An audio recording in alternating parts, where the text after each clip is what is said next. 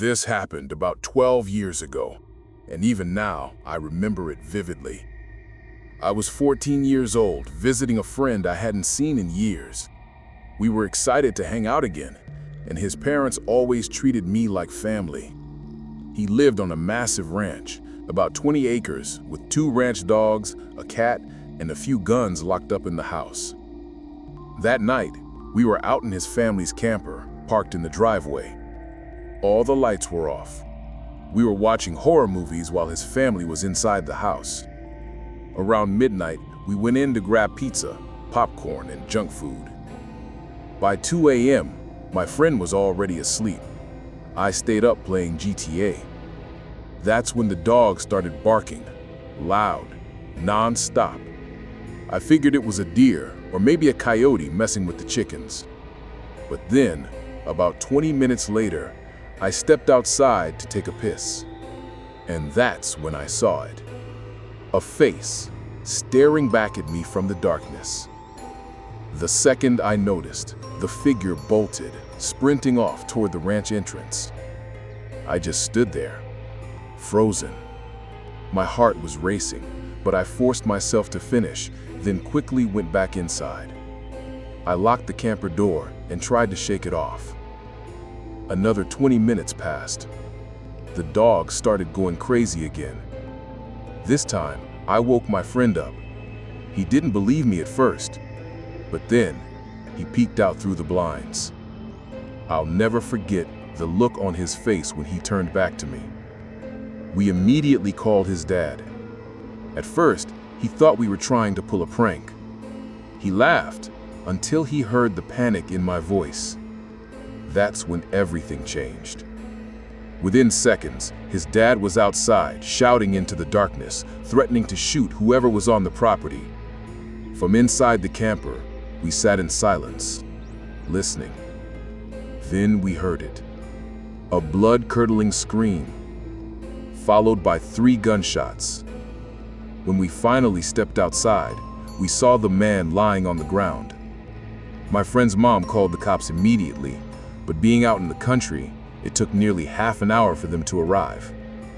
The whole family was outside, terrified. My friend's youngest sister, let's call her Jacqueline, was crying not just because there was a dead man 20 feet away, but because one of the ranch dogs had been killed. When the cops finally showed up, they identified the man. He was an escaped convict from a prison just 15 miles away. A man who had already killed 2 people before breaking out.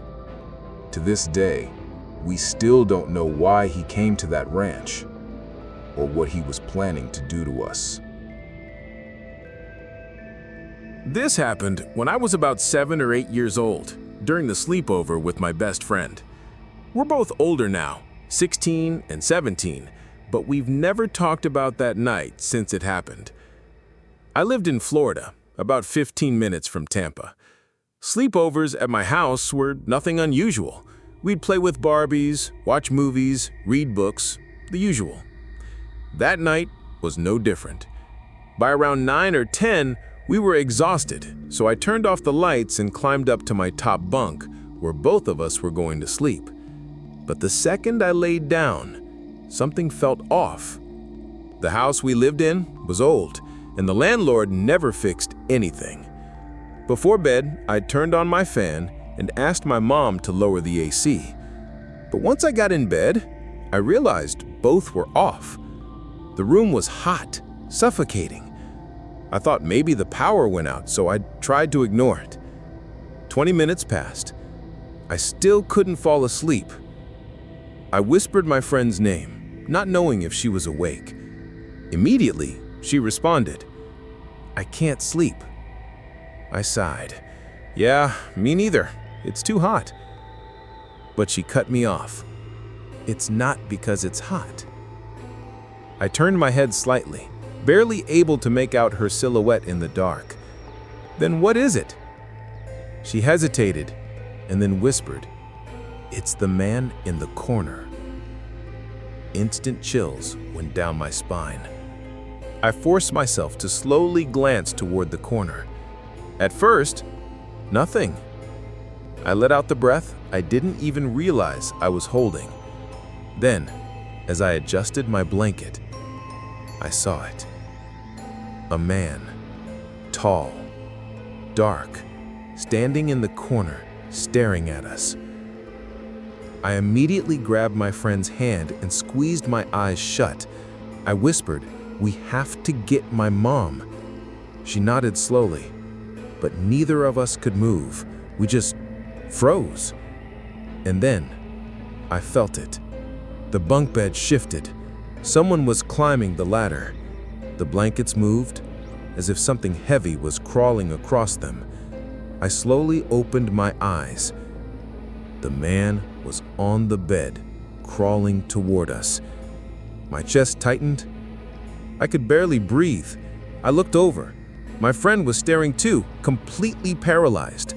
The figure was close enough now that I could see its outline, but no face, no features, just darkness. I held her hand tighter. My voice cracked as I whispered, "When I tap your hand, scream." She nodded slowly. The man reached out. His hand was inches from my face. I tapped her hand, and we both screamed at the top of our lungs. Within seconds, my mom burst into the room and flicked on the light. We were holding on to each other, sobbing. But the man was gone. No trace. My mom checked every door, every window, all locked, untouched. That night, we refused to go back in that room. We slept on the couch watching Barbie movies until we both passed out, clutching each other tightly. To this day, I don't know what we saw, but I'll never forget the feeling. The death itself was staring me in the face. When I was a kid, before we moved to Texas, my family lived in Georgia. Our house had this massive backyard, and honestly, it made me feel like the most popular kid in the neighborhood. Anytime someone suggested playing outside, my backyard was the place.